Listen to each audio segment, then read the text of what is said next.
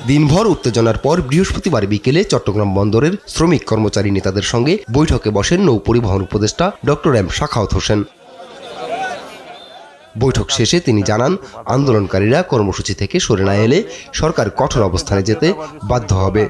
চুক্তি বোধহয় ঠেকানো যাবে না, কিন্তু চুক্তিটা কি লেভেলে হবে সেটারও কথা, যে কোনো কিছু চাপায়া দেওয়ার মতো কোনো কিছু এই সরকার করবে।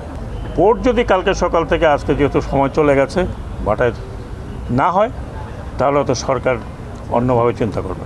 এদিকে বৈঠকের পর শুক্র ও শনিবারের কর্মসূচি স্থগিত করেছেন শ্রমিক নেতারা। তবে দাবি পূরণ না হলে রোববার থেকে আবারও কর্মবিরতির হুঁশিয়ারি দেন তারা।